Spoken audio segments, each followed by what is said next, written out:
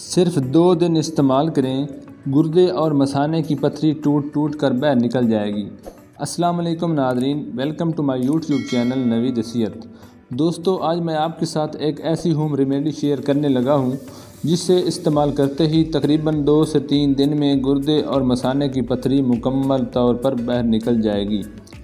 नाज़रीन, अगर आपके गुर्दे में पथरी है या मसाने में पथरी है, इसके अलावा पेशाब रोक रोक के आता है या थोड़ा थोड़ा और बार बार आता है, या फिर गुर्दे में दर्द रहता है या मसाने में दर्द है, तो उनके लिए बहुत ही आसान नुस्खा लेके आपकी खिदमत में हाज़िर हुआ हूँ। इसे ज़रूर ट्राई करें, इंशाअल्लाह 100% रिज़ल्ट मिलेगा। दोस्तों, सबसे पहले आपने हल्दी लेनी है। ये हम सब के किचन में मौजूद होती है।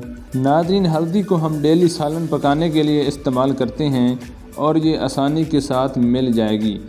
इसके बाद दूसरी चीज़ एलम, इसे हम फटकड़ी कहते हैं।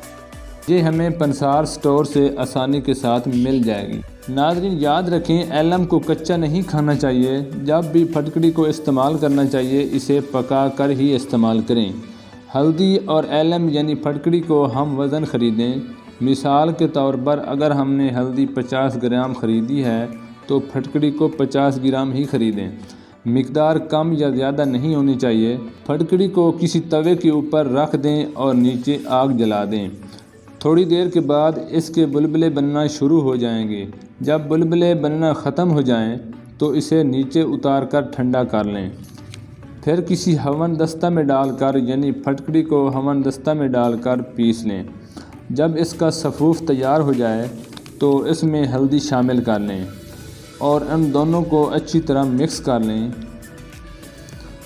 जिन्हें पथरी की शिकायत हो, इन्हें सुबह, दोपहर और शाम के वक़्त चने के दाने के बराबर इस्तेमाल करवाएं। इंशाअल्लाह पथरी टूट टूट कर बाहर निकल जाएगी। चावल, आलू, गोभी और कब्ज़ वाली चीज़ों से परहेज़ करें।